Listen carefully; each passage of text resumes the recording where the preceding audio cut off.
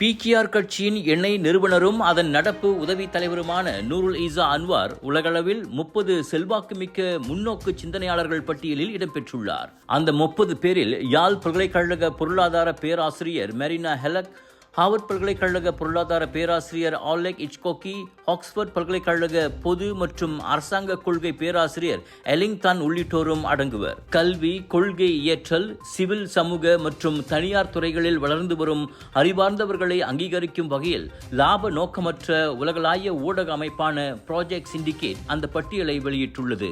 பருவநிலை மாற்றம் தொடங்கி புவிசார் அரசியல், தாராளவாத ஜனநாயகம், முதலாளித்துவத்தின் எதிர்காலம் வரை பல்வேறு முக்கிய பிரச்சனைகளில் அவர்கள் குரல் கொடுத்து வருகின்றனர். அவர்களின் கருத்துகள் சொந்த நாட்டில் மட்டுமல்லாமல் எதிர்காலத்தில் உலகளவிலும் தாக்கத்தை ஏற்படுத்தும். அதோடு அரசியல் விவாதங்களில் விமர்சன சிந்தனையை முன்னிலைப்படுத்தக்கூடிய ஆற்றலை அவர்கள் கொண்டுள்ளதாக ப்ராஜெக்ட் சிண்டிகேட் கூறியது.